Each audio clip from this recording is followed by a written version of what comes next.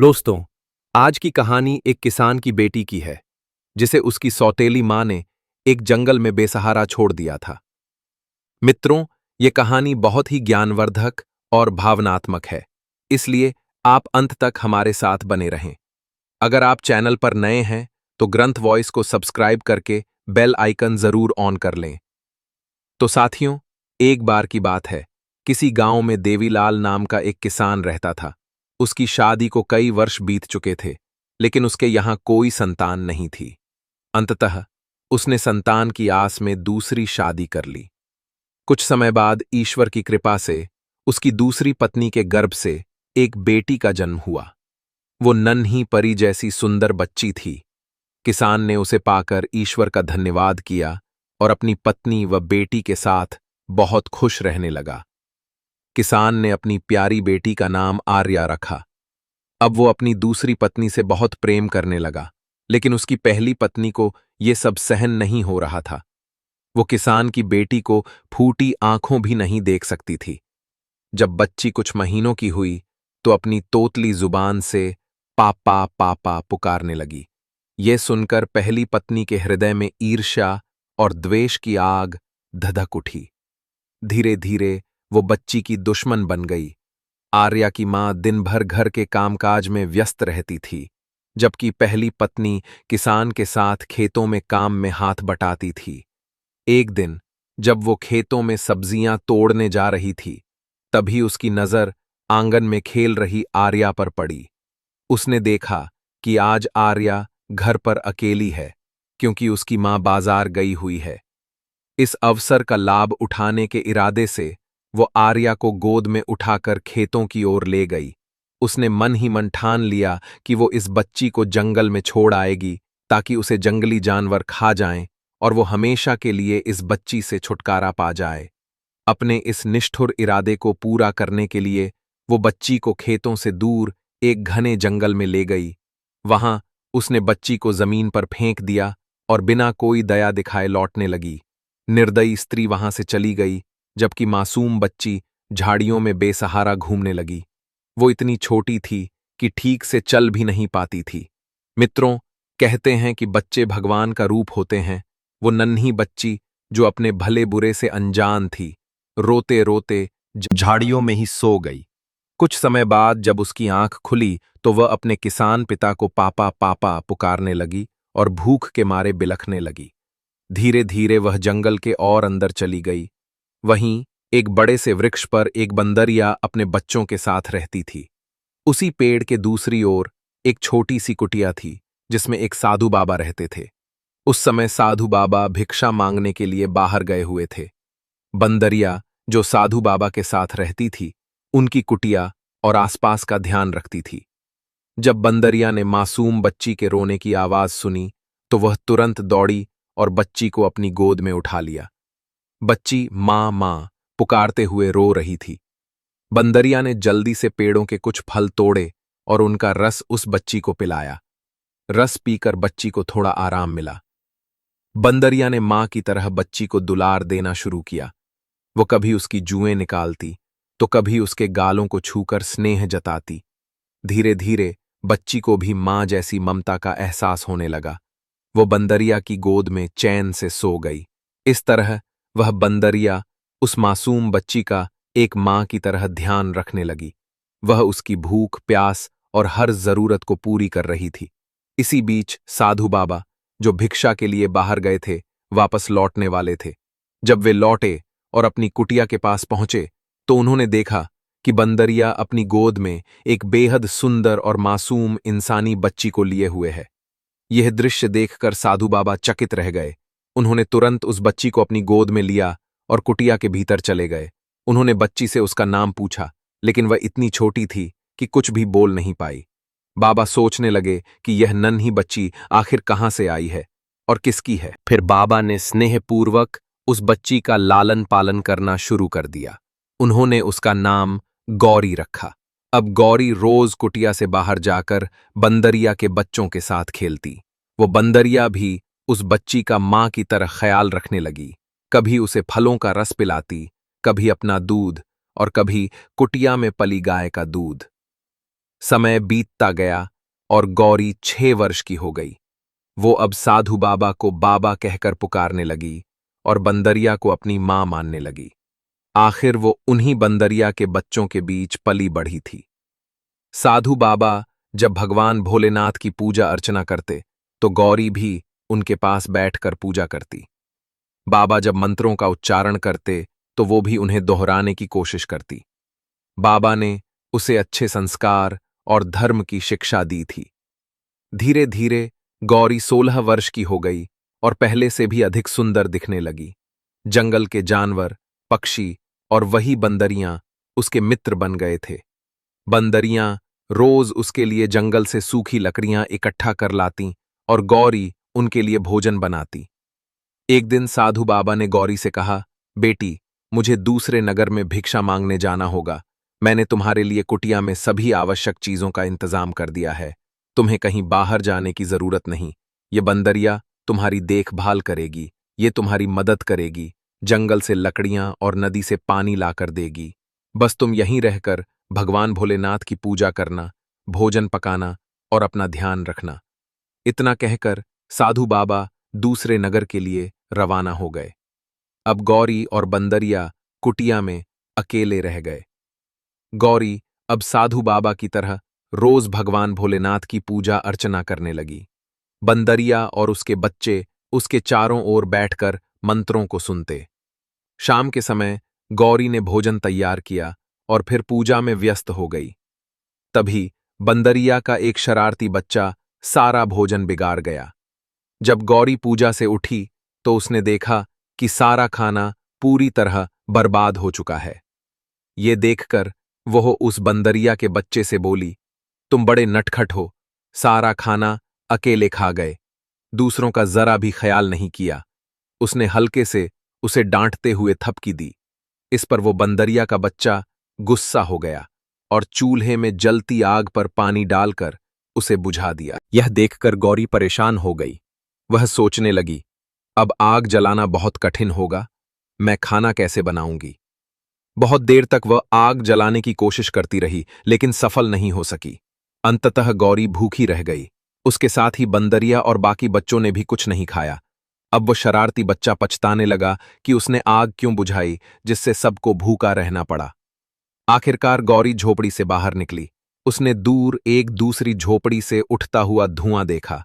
वो धुएं की दिशा में बढ़ी और उस कच्ची झोपड़ी तक पहुंच गई। उस झोपड़ी में एक भयानक राक्षसी बुढ़िया रहती थी।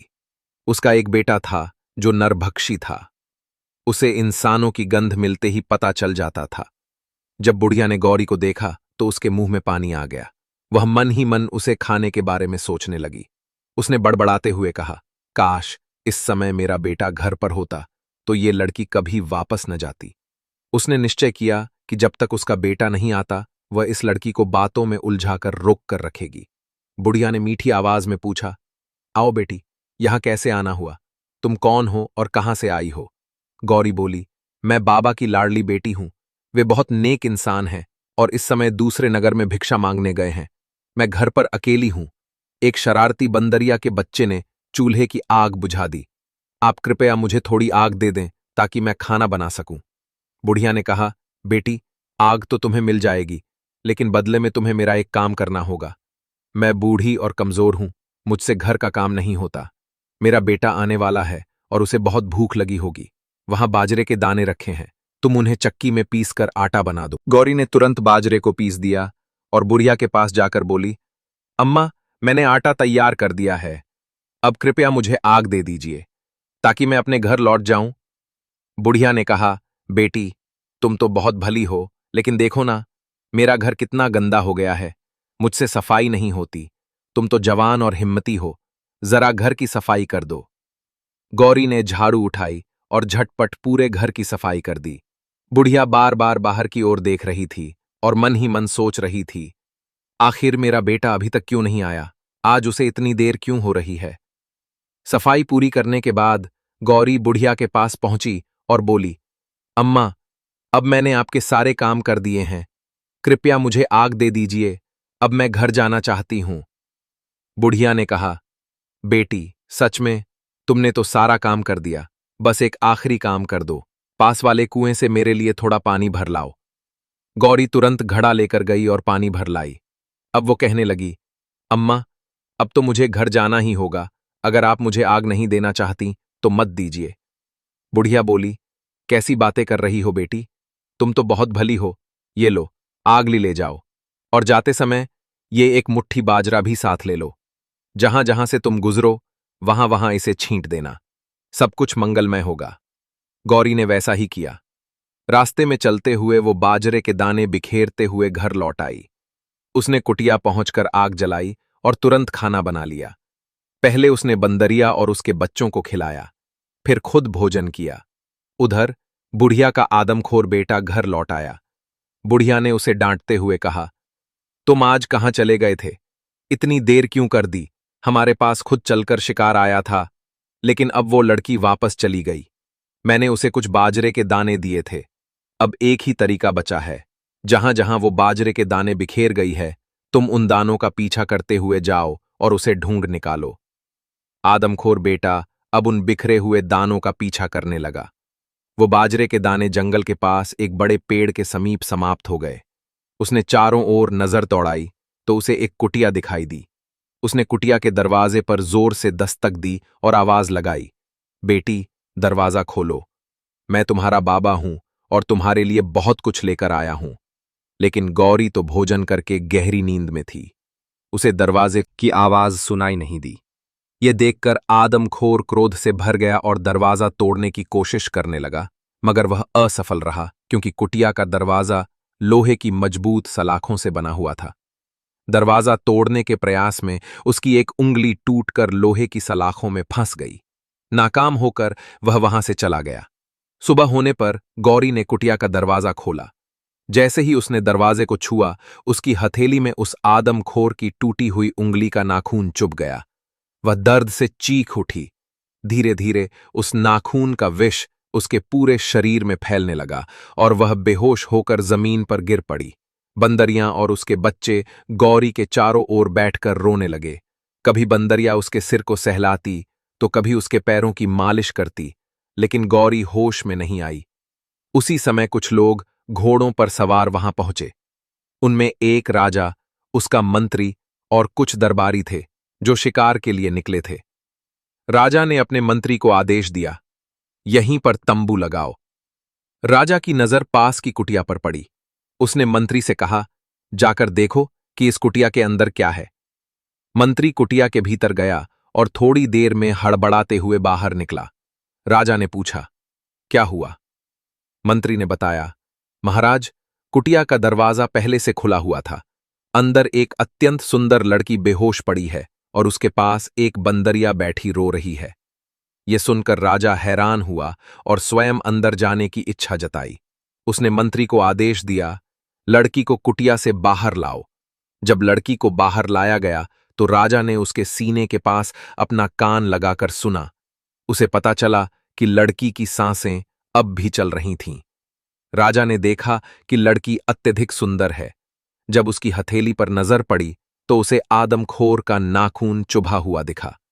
राजा ने बहुत सावधानी से वह नाखून उसकी हथेली से बाहर निकाला। नाखून निकलते ही गौरी ने धीरे धीरे आंखें खोली और होश में आने लगी। वह उठकर बैठ गई। राजा ने कहा, मैं इस नगर का राजा हूं। मैंने तुम्हारी जान बचाई है। अब तुम मुझे बताओ कि तुम कौन हो, यहां अकेली क्यों रह रही हो और इस बंदरिया से तुम्हारा क्या संबंध है? ये तुम्हारे लिए बहुत रो रही थी, गौरी ने जवाब दिया। महाराज, मैं अकेली नहीं हूं। मैं एक साधु बाबा की बेटी। यह बंदरिया मेरी बचपन की साथी है। मेरे बाबा भिक्षा मांगने गए हुए हैं और जल्द ही लौट आएंगे। राजा ने उसकी सुंदरता को देखते हुए कहा, तुम बेहद सुंदर हो। अगर तुम चाहो तो मैं तुम्हें अपने महल में ले जा सकता हूं। हम तुम्हारे बाबा को भी महल में बुला लेंगे और इस बंदरिया के लिए भी एक सुंदर कुटिया का प्रबंध करेंगे। जंगल में तुम्हारा अकेले रहना उचित नहीं है। गौरी ने राजा की बात मान ली। जब राजा, गौरी और बंदरिया महल पहुंचे तो राजा की माता ने अपने बेटे से कहा, बेटा, तुम इस लड़की को किस रिश्ते से यहां लाए हो? लोग तरह तरह की बातें करेंगे। तुम्हें इससे विवाह कर लेना चाहिए ताकि इसकी इज्जत और मान सम्मान बना रहे। कुछ ही दिनों में राजा और गौरी का विवाह संपन्न हो गया। अब गौरी राजा की रानी बन चुकी थी और अपने नए जीवन में प्रसन्नता से रहने लगी। उस राजा की पहले से भी एक रानी थी, लेकिन अब उसे गौरी से गहरा प्रेम हो गया था। वह उसका विशेष ध्यान रखने लगा और उसकी सेवा के लिए एक बुजुर्ग दासी नियुक्त कर दी, जो गौरी को अपनी बेटी की तरह स्नेह देती थी। गौरी को भी वह दासी बहुत प्रिय लगती थी। एक दिन वो बुजुर्ग दासी गौरी से बोली, बेटी, अपनी सौतन से थोड़ा सावधान रहना। वो बहुत चालाक है और तुम्हें नुकसान पहुंचा सकती है। गौरी हंसकर बोली, अम्मा, ऐसा मत सोचो। वो मुझे बहन की तरह मानती है। वह भी इस महल की रानी है, जैसे मैं हूं। उसे मुझसे ईर्ष्या क्यों होगी? दासी ने सिर हिलाया, पर कुछ नहीं कहा। गौरी अपनी सौतन के साथ अक्सर समय बिताने लगी। वे दोनों आपस में बातें करती, लेकिन सौतन अपनी जलन कभी प्रकट नहीं होने देती थी। एक दिन वे दोनों महल के बाहर खड़ी थीं। गौरी के साथ उसकी बंदरिया भी थी। सौतन ने चापलूसी भरे लहजे में कहा, गौरी, तुम तो बेहद सुंदर हो। अगर तुम गहने पहन लो तो और भी अधिक सुंदर दिखोगी। फिर उसने कुटिलता से कहा, महल से कुछ दूरी पर एक नदी बहती है, जिसका जल बहुत ही साफ है। उसमें सब कुछ स्पष्ट दिखता है। चलो, नदी किनारे चलकर अपनी परछाई में देखो कि तुम कितनी सुंदर लगती हो।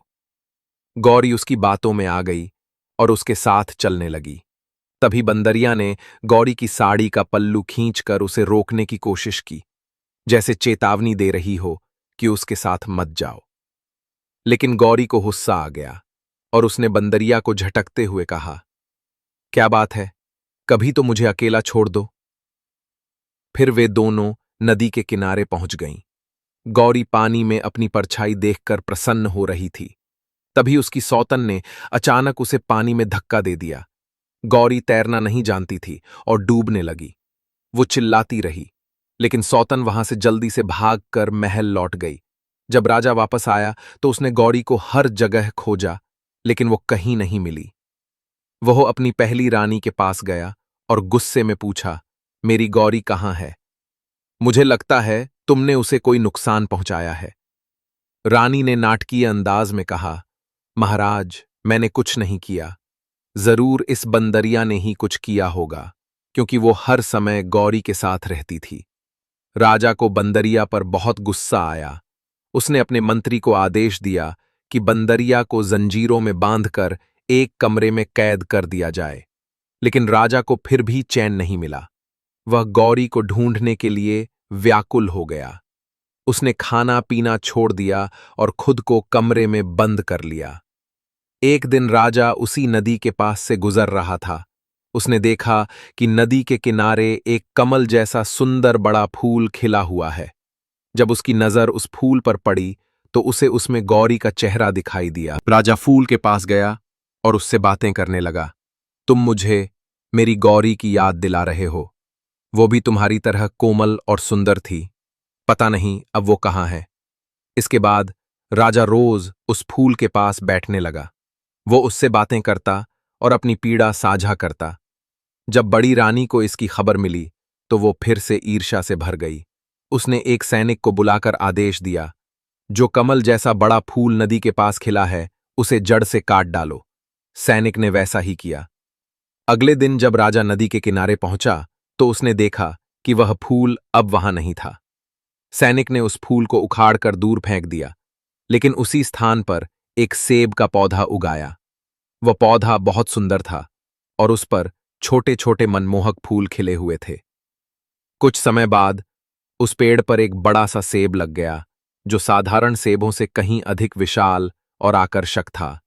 उसकी चर्चा दूर दूर तक फैल गई। लोग उसे देखने आते, लेकिन कोई भी उसे तोड़ नहीं सकता था, क्योंकि वो राजा के अधिकार क्षेत्र में था। इधर किसान ने अपनी पहली पत्नी को बहुत पहले ही घर से निकाल दिया था। उसने और अपनी दूसरी पत्नी ने अपनी बेटी का नाम बड़े प्यार से आर्या रखा था, मगर आर्या के खोने के बाद वे दोनों हर समय उसकी याद में रोते रहते थे। भगवान ने उन्हें एक बेटा भी दिया था, लेकिन आर्या की कमी उनके दिल से नहीं जाती थी। एक दिन किसान की पत्नी खेतों में काम करने जा रही थी। थक जाने पर उसने सोचा कि पास के पेड़ के नीचे थोड़ा आराम कर ले।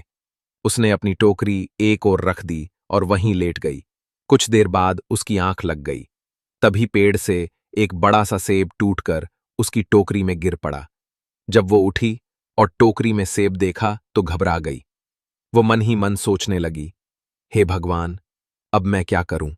अगर किसी ने देख लिया कि मेरे पास राजा के इलाके का यह सेब है तो वे मुझे चोर समझेंगे और राजा मुझे कैद करवा देंगे। फौरन उसने निर्णय लिया कि जल्दी से घर लौट जाना चाहिए। उसने टोकरी को साड़ी के पल्लू से ढक लिया और तेजी से घर पहुंच गई। घर पहुंचते ही उसने अपने पति से कहा, आज मैं तुम्हें कुछ दिखाना चाहती हूं। किसान ने उत्सुकता से पूछा, अच्छा बताओ, क्या लाई हो? पत्नी ने पूरी घटना सुनाई और टोकरी से पल्लू हटाया, लेकिन वहां सेब के बजाय एक नन्ही सी बच्ची बैठी हुई थी। यह देखकर दोनों पति पत्नी खुशी से झूम उठे।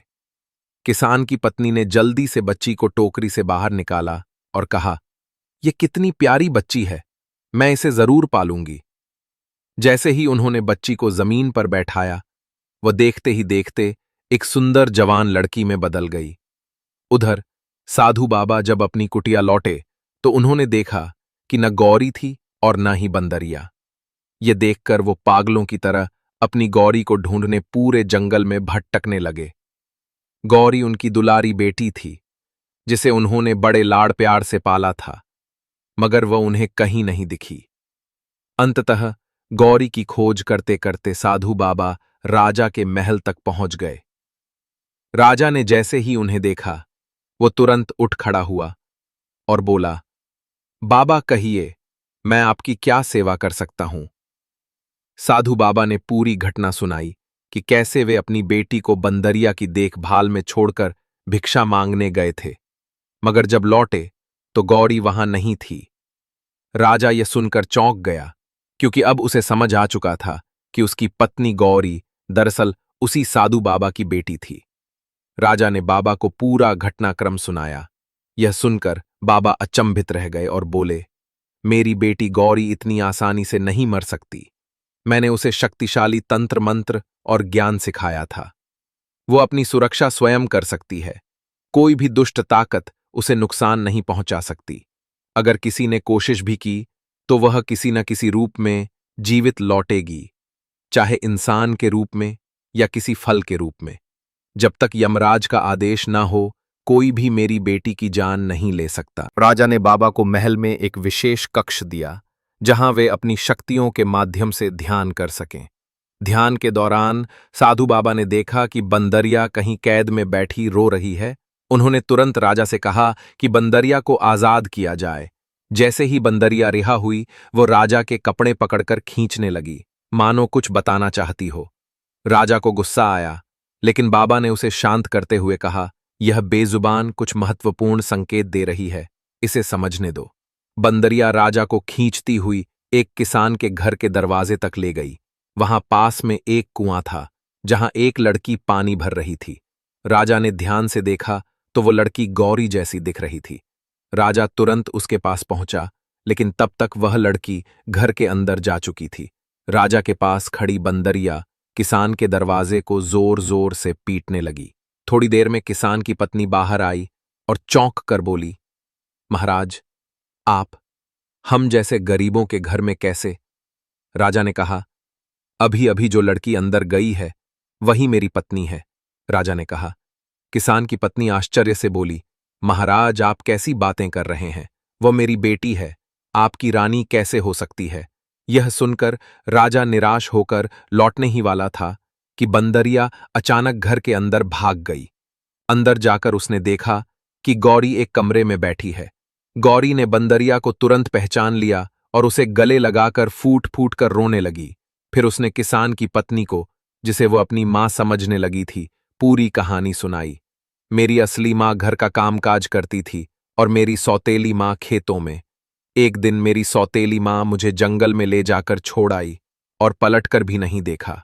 मैं रोती बिलखती, भूखी प्यासी जंगल में भटकती रही। तभी इस बंदरिया ने मुझे बचाया और मां की तरह पाला। यह मुझे फलों का रस पिलाती थी। जब मेरी भूख बहुत बढ़ जाती तो यह अपना दूध पिलाकर मेरा पेट भरती थी। इसके बाद एक साधु बाबा मिले, जिनके चेहरे पर दिव्य तेज था। वे मुझे अपनी कुटिया में ले गए और पिता की तरह मेरा पालन पोषण करने लगे। यह बंदरिया भी उन्हीं बाबा की थी। बाबा ने मुझे बड़े लाड़ प्यार से पाला। मैं जानती हूं वे आज भी मुझे ढूंढ रहे होंगे। मैं भी उन्हें बहुत याद करती थी। फिर एक दिन जंगल में मेरे साथ एक घटना घटी, जिसके बाद एक राजा ने मेरी जान बचाई। इतना सुनकर किसान की पत्नी की आंखों में आंसू आ गए। वह फूट फूट कर रोने लगी और बोली, बेटी, तुम ही मेरी खोई हुई आर्या हो और मैं तुम्हारी मां। अब उसे सब समझ आ गया था। राजा सच कह रहे थे, गौरी ही उनकी रानी थी। किसान की पत्नी ने गौरी को गले से लगाकर खूब आंसू बहाए। फिर उसने पूछा, बेटी, क्या अब तुम महल लौटना चाहती हो? गौरी बोली, मां, अगर राजा को यह पता चल गया कि मैं एक साधारण किसान की बेटी हूं, तो क्या वह मुझे अपनी रानी के रूप में स्वीकार करेंगे? इतनी ही देर में दरवाजे पर फिर से दस्तक हुई। दरवाजा खोलने पर देखा, बाहर साधु बाबा और राजा दोनों खड़े थे। गौरी की नजर जैसे ही बाबा पर पड़ी, वह दौड़कर उनके सीने से लग गई और रोते हुए बोली, बाबा, मुझे आपकी बहुत याद आती थी। मैं आपके बिना नहीं रह सकती। साधु बाबा ने उसके सिर पर हाथ फेरते हुए कहा, बेटियां अपने ससुराल में ही शोभा देती हैं। देखो, तुम्हारा पति तुम्हें लेने आया है। राजा गौरी के पास आया और बोला, मेरी प्रिय रानी, आखिरकार मैंने तुम्हें तुम्हारी लाडली बंदरिया के जरिए ढूंढ ही लिया। यह सुनकर गौरी बहुत प्रसन्न हुई। किसान और उसकी पत्नी ने गौरी को बड़े ही सम्मान के साथ राजा के साथ विदा किया। राजा उसे लेकर तुरंत महल लौट आया। महल पहुंचते ही राजा ने राज दरबार में एक विशेष सभा बुलाई। सभा में मंत्री, सैनिक और दोनों रानियां मौजूद थीं। राजा ने घोषणा की, हमारी बड़ी रानी ने हमारे साथ छल और विश्वासघात किया है। हमने उसे मान सम्मान दिया, लेकिन उसने हमारे विश्वास को तोड़ा। अब उसे उसके अपराध की सजा मिलेगी। राजा ने आदेश दिया कि बड़ी रानी को 15 कोड़े लगाए जाएं और फिर उसे काल कोठरी में बंद कर दिया जाए। इसके बाद गौरी ने अपने पिता समान साधु बाबा को महल में सम्मानपूर्वक ठहराया और अपनी प्रिय बंदरियां को भी अपने पास रखा। राजा ने किसान और उसकी पत्नी के लिए भी हर आवश्यक सुविधा की व्यवस्था की, ताकि उन्हें किसी प्रकार की कठिनाई न हो। इस प्रकार नियति ने किसान और उसकी पत्नी को उनकी खोई हुई बेटी से फिर से मिला दिया और एक राजा को उसकी सच्ची रानी लौटा दी। अब वे सभी खुशी खुशी अपना जीवन बिताने लगे। दोस्तों, अगर आपको यह कहानी पसंद आई हो तो वीडियो को लाइक करें और चैनल को सब्सक्राइब करना न भूलें। धन्यवाद। जय श्री राम।